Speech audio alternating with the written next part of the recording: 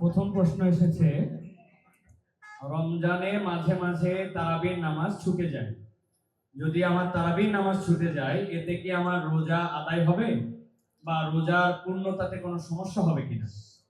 ভাইরা আমার, রমজান মাসে তারাবির নামাজ না পড়লে আমরা অনেকে মনে করি যে তার রোজাতে বোধহয় অসুবিধা হবে।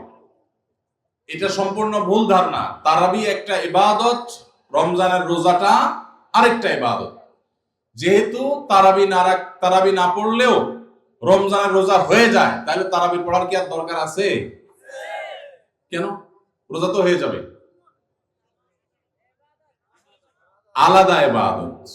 রোজা রাখা একটা ইবাদত, তারাবি পড়াটা আরেকটা ইবাদত। নবী করিম সাল্লাল্লাহু আলাইহি সাল্লাম একই হাদিসে দুটি কথা বলেছেন, মান কামা রমাদানা ঈমানান ওয়া ইহতিসাবান গুফিরা লাহু মা তাকাদ্দামা মিন যামবি। একই হাদিসে বলেছেন, মান সামা রমাদানা ঈমানান ওয়া ইহতিসাবান গুফিরা লাহু মা তাকাদ্দামা মিন যামবি।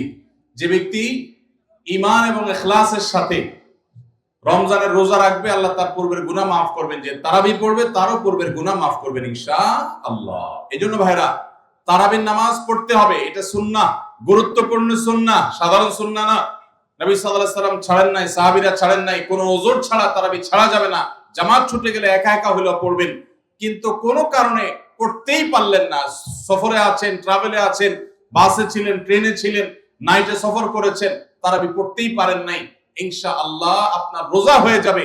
তাই বলে তারাবিকে অনেকে অবহেলা করেন আজকাল, যেটা তো সুন্নাহ, না পড়লে কি?